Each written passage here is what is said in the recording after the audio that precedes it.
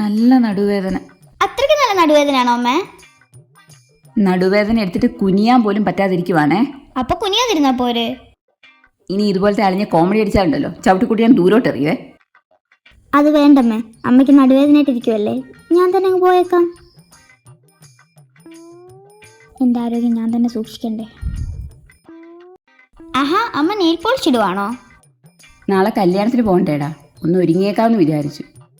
അതുമാത്രമല്ല, നാളെ പോകുമ്പം മുഖത്തൊക്കെ നന്നായിട്ടൊന്ന് മേക്കപ്പ് ചെയ്യണം. ഓ, കാര്യമായിട്ട് ഒരുങ്ങാനല്ലേ? ആൾക്കാർ കാണുന്നതല്ലേടാ, ചിലപ്പോൾ എല്ലാവരും കൂടെ നമ്മളെ ഒരുമിച്ച് കാണുമ്പോൾ സിസ്റ്റേഴ്സാന്ന് വിചാരിച്ചാലോ. തനിക്കതൊരു അഭിമാനമല്ലേ? അതിന് എന്നെ കണ്ട 50 വയസ്സ് തോന്നിക്കുമോ അമ്മേ?